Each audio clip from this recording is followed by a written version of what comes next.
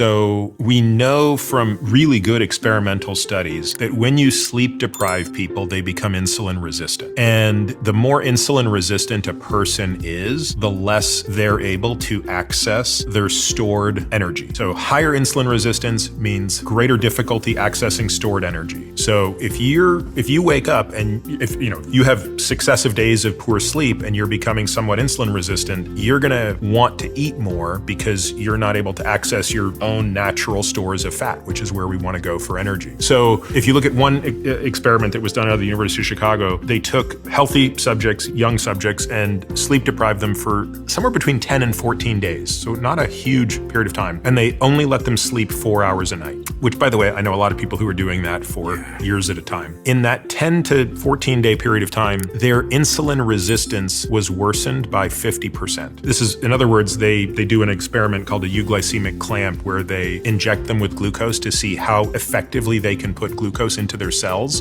which is, that's the hallmark of insulin sensitivity, is how well you can put glucose into your muscles when it's infused in you. And their capacity to do that was reduced by 50% after such a short intervention. So I think sleep restriction and unhealthy sleep is a very underappreciated cause of metabolic health and weight gain. And then by extension, these other things we're talking about. It seems to me to be the thing furthest upstream in my life that then causes this cascading effect to how I show up in sort of cognitive performance, how well I can articulate myself. If I go to the gym, how hard my workout is. If I choose healthy options versus unhealthy options. So it feels like the— And mood in general. Yeah. Yeah, I mean, look, I've said this before, and I'm not the first to say this, so I'm paraphrasing others, but if you really stop to think about it, sleep doesn't make a lot of sense from an evolutionary perspective. Like if you go back in time a few 100,000 years, why would we have spent a third of our life unconscious? It didn't serve our purpose. You can't mate, you can't hunt, and you can't defend yourself. So you have to believe that if we could have evolved out of it, we would have done it, and we didn't. So that means that whatever it's doing, it must be really important. I mean, core, essential to our existence. While I will completely acknowledge that different people have a different necessity or requirement for how much they sleep, I still think that many people underestimate how much they need.